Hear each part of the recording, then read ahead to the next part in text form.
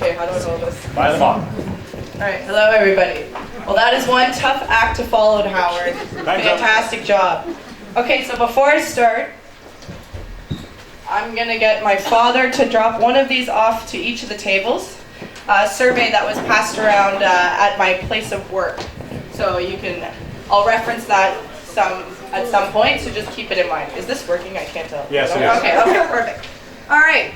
So, good morning, ladies and gentlemen. I would like to start off by thanking Beth Trudeau for allowing me to speak on behalf of the English Allies on the Board of Language Fairness.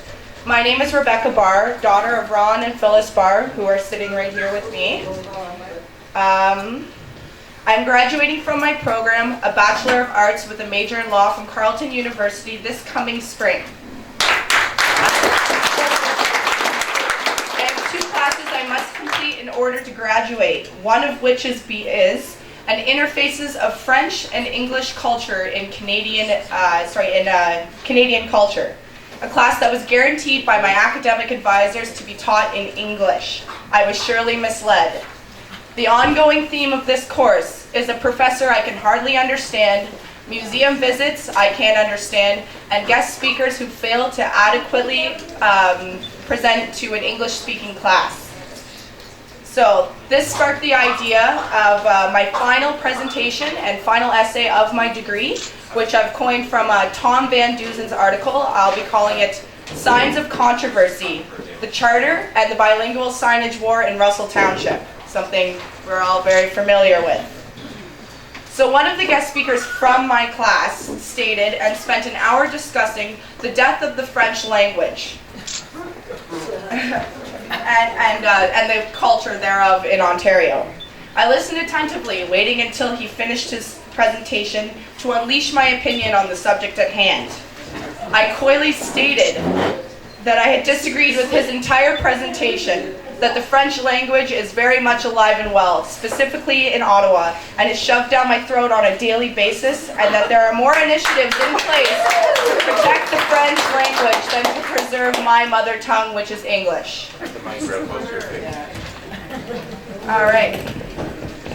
So a fellow classmate of mine brought up the issue that McGill University is starting to accommodate less English-speaking students.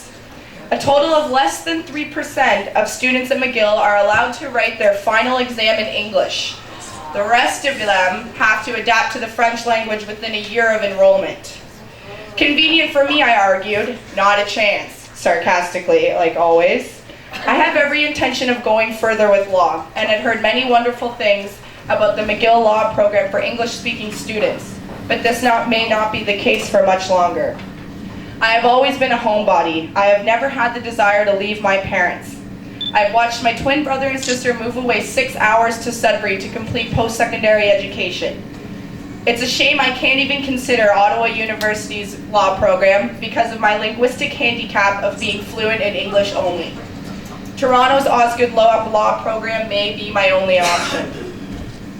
So how do I earn a living outside of post-secondary education? I bartend and serve, and for the majority, my company is English. The occasional guest will come in and ask me on their company lunch, do I speak French in perfect English? I get a brief sense of elitist attitude, but it is brushed off considering it is me and you providing you and your government associates with food and drink on my tax dollars. On February 14th of this year, 2 female Ottawa University students came in a little after the lunch rush, asking for a manager to answer some questions for a survey they were conducting on behalf of the school's marketing program. I asked them what it was regarding. Bilingualism in the workplace, they said. Well, come on in and take a seat. I'll be happy to answer any and every question you've got on that. So the girls, French-speaking drones sent from the Tefler School of Management, began to ask several questions about how many full-time, part-time, and management employees were bilingual in my workplace.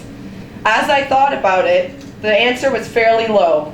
I had looked on their sheet and noticed that we as a company had already failed the first 2 questions of that survey. Our sign was not bilingual, and I did not greet them at the door with a fake bienvenue.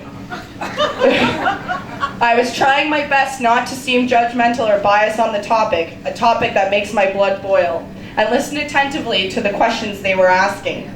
So if you take a look on the survey that I sent out there, question 2.8 of the survey stopped me dead in my tracks. Would you be interested in accessing a database that offered resumes and contact information for potential employees that speak both French and English? All right. Question 2.11. Would you be interested in language training for your employees that is specific to your type of business if the costs were partly covered by a third party? Right. So my mind began to race. Who is this third party? Is this survey even offered in French, or are you only targeting English-speaking residents you deem as unfit in Ottawa businesses? And you're, while they're on the quest for French equality, I might add. So great, the language police is making their way into our local restaurants and bars. And here I was under the impression that large Coors Light was a fairly universal term for both French and English alike.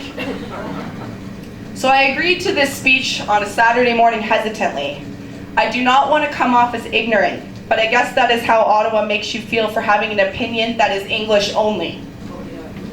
While watching the television at night, I see the commercials of French-speaking infants, while the narrator suggests something along the lines of, French, a better life for your children. I think to myself, well, I turned out just fine. I'll vouch for that. You can vouch for that.